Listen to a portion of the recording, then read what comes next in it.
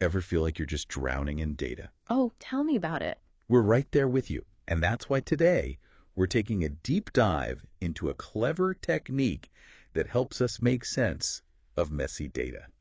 We're talking specifically about scatterplots, Right right? that way. And you know what scatterplot is, right? Yeah. Think of it like a star chart. But instead of constellations, we're looking for patterns, but in data points. Exactly. It's like we're plotting, say, the hours you spend practicing guitar against how many gigs you book. Right. The hope is to see if there's some kind of relationship there. But sometimes those relationships aren't so obvious just from looking at what ends up being like a jumble of dots. Exactly. Imagine trying to see the Big Dipper as someone sprinkled a bunch of extra stars all around it. Right. It'd be tough to spot the pattern. That's where smoothing comes in. And that's why we're diving into this 1979 paper all about robust, locally weighted regression. Okay. Don't worry, we'll unpack that name. It's not as scary as it sounds.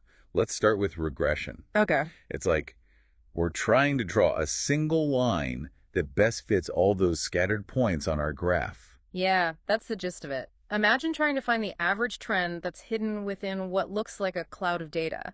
But here's where the locally weighted part gets interesting. Instead of one big line for the whole graph, imagine shining a spotlight on just a small section of those data points. Okay, so we're zooming in on little neighborhoods of data, kind of at a time. Precisely. Within that spotlight, we fit a simple line, or maybe a curve, if the data seems to flow that way, just to those highlighted points.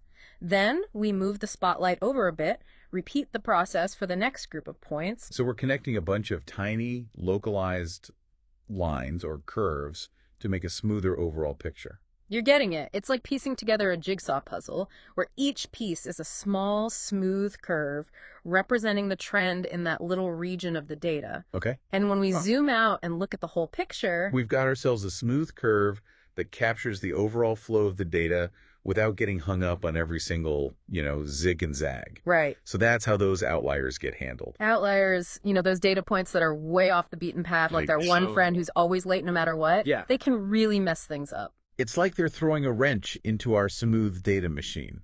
That's where the robust part comes in. Okay. Robust, locally weighted regression.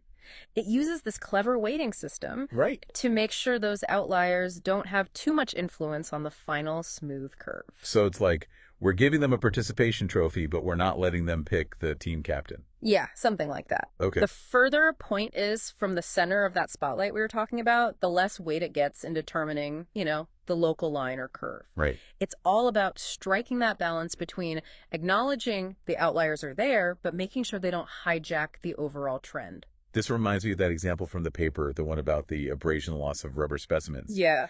They had this one outlier data point that was throwing off their initial smooth curve. Right. It's a perfect example of how this technique just shines in a real-world setting. Right. Because when they applied that robust method, Yeah. it toned down that outlier's influence, and boom, the resulting smooth curve just fit the rest of the data beautifully. So this isn't just some abstract statistical theory. This has real-world applications in actual research. Oh, absolutely. Which leads us to, I think it was the blood lead level study. Right. Right, where they were using this technique to try to understand how blood lead levels changed in response to different levels of, I think it was the CPP enzyme. Yeah, and what's so fascinating here is that they weren't looking for some, simple, straightforward linear equation. Right. They were dealing with a much more nuanced relationship. Right. And this technique allowed them to see those patterns more clearly. So instead of forcing the data to fit a predetermined model, Right. it's more like we're letting the data speak for itself Yes, in a more organized and insightful way. precisely. It's like we're giving it a little microphone, Yes. It's particularly helpful when you don't have a pre-existing model telling you what the relationship in your data should look like. Right. You're letting the data reveal its own story. It's like taking a messy room full of data points Yeah. and organizing it into neat little piles that make sense. Right. You can finally see the floor and maybe even find that missing sock you've been looking for. There you go. But it's not just about creating a pretty picture, right?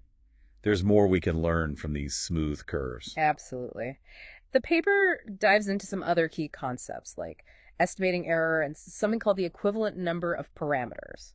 Okay, so before we dive into the really technical weeds here, Sure. what's the takeaway for someone who might not be, a statistician? Yeah. Why should they care about these sort of extra layers of analysis? It's all about understanding the limitations of what we're seeing. Okay. Because even with this, fancy smoothing, there's always a degree of uncertainty. Right. Because we're dealing with real world data. Sure. Which is inherently messy. Of course. So this technique allows us to actually calculate how much our smooth line might deviate from that true underlying trend. So it's like a reality check on our smoothing enthusiasm. Yeah, exactly. We're acknowledging that even the best techniques have their limits. Exactly. Now, about that equivalent number of parameters, think of it this way. Imagine you've got like a simple hand-drawn map versus like a super detailed GPS system. Okay, I'm visualizing this. They both show you the way, but they have different levels of complexity. Okay. Right? In a typical regression model, the complexity is determined by how many variables and parameters are involved. Okay. The more variables, the more complex. Right. But with our smooth curves, it's not as simple as just counting variables. Okay. So the equivalent number of parameters gives us a way to quantify how much flexibility our curve has. Okay. Like how much it bends and twists to fit the data. So is it like saying this smooth curve is about as complex as a regression model with, say, 5 parameters? Here we go. No. Yes. All right. It's about understanding the trade-offs between these different modeling techniques. This is making me look at data visualizations in a whole new light. It's great. Yeah. It's like you've given me a secret decoder ring for like understanding the stories that are hidden within the data. And that's the beauty of robust locally weighted regression. Right. We can take a messy scatterplot, reveal its hidden patterns, and really gain this deeper understanding of the relationships within our data. It's like we're data detectives using this technique to uncover the clues and crack the case. I like that. Yeah. I like that a lot. So for all the aspiring data detectives out there, what's the one thing you want them to take away from this deep dive? Next time you're looking at a graph with a smooth curve, don't just accept it at face value. Right. Think about the process behind it. What assumptions were made? How did they handle those pesky outliers? Okay. A little healthy skepticism. Yeah. Is a good thing when it comes to data. It's like being handed a beautifully wrapped present. And before you get too excited, you want to check for those hidden shipping costs, right? Don't just blindly trust the curve, examine it, question it, and see what it reveals. All said. All right. Well said. It's like that old saying, data doesn't lie, but... It can be misleading. Yes, exactly. Yeah. And a smooth curve, as aesthetically pleasing as it might be, can sometimes mask the nuances that are hidden within the data. For sure. So it's about being kind of a savvy data consumer, asking the right questions. Precisely. Yeah. And with techniques like this, like robust locally weighted regression, we have the tools to look beyond the surface and really understand what the data is telling us. It's like we've unlocked like a secret level of data analysis. Yeah. And the best part is, this is from a 1979 paper. Right. And it's still so relevant today. Wow. It's a testament to the power of elegant and robust statistical thinking. It just goes to show sometimes the old methods are the best methods. I agree.